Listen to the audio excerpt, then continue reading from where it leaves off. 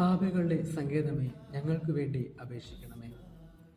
പരിശുദ്ധ ജപമാലയുടെ പ്രാർത്ഥനയുടെ അവസാന ഭാഗത്തുള്ള പ്രാർത്ഥനകളിൽ ഒന്നാണ് ഇത്. പാപികളുടെ സങ്കേതം എന്ന വിശേഷണമാണ് സഭയിൽ മാതാവിന് നൽകിയിരിക്കുന്നത്.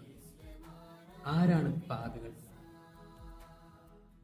ദൈവഹിതം പ്രവർത്തിക്കാത്തവരാണ് പാപികളെന്ന് നമുക്ക് അറിയാമല്ലോ.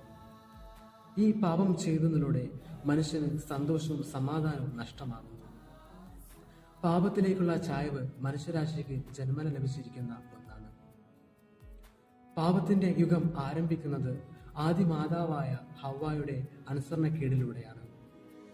എന്നാൽ രക്ഷയുടെ യുഗത്തിന് തുടക്കം കുറിക്കുന്നത് പരിശുദ്ധ കന്യക മറിയത്തിലൂടെയാണ്. മാതാവ് പാപികൾക്ക് പ്രത്യാശ നൽകുന്നുണ്ട്. അത് അവരുടെ ജീവിതത്തിലെ പാപങ്ങളെ മനസ്സിലാക്കി അവയെ മറികടക്കാനുള്ള ശക്തി നൽകുന്നു. മാതാവ് ഒരു അഭയസ്ഥാനം എന്ന നിലയിൽ അവളുടെ പങ്ക് ആശ്വാസം നൽകുക മാത്രമല്ല, ക്രിസ്തുവിലൂടെയുള്ള രക്ഷ കൈവരിക്കാൻ നമ്മെ ഓരോരുത്തരെയും സഹായിക്കുകയും ചെയ്യുന്നു. ഇന്നത്തെ നമ്മുടെ അനുദിന ജീവിതത്തിൽ മാതാവിന് ഒരു വലിയ സ്ഥാനമാണ് ഉള്ളത്. പാപികൾക്ക് വേണ്ടി അമ്മ മാധ്യസ്ഥം വഹിക്കുകയും യേശുക്രിസ്തുവിനെ നമുക്ക് കാണിച്ചു തരികയും ചെയ്യുന്നുണ്ട്.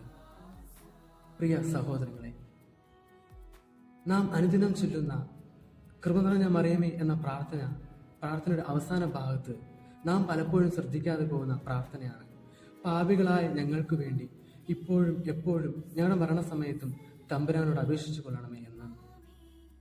നാം പാപികൾക്ക് വേണ്ടി, അവരുടെ പശ്ചാത്താപങ്ങൾക്ക് വേണ്ടി ഒന്നും ചെയ്തില്ലെങ്കിലും ഈ പ്രാർത്ഥന നമുക്ക് ഭക്തിപൂർവ്വം ചൊല്ലാം. സർവശക്തനായ ദൈവം അതിന് നമ്മെ ഓരോരുത്തരെയും സഹായിക്കും.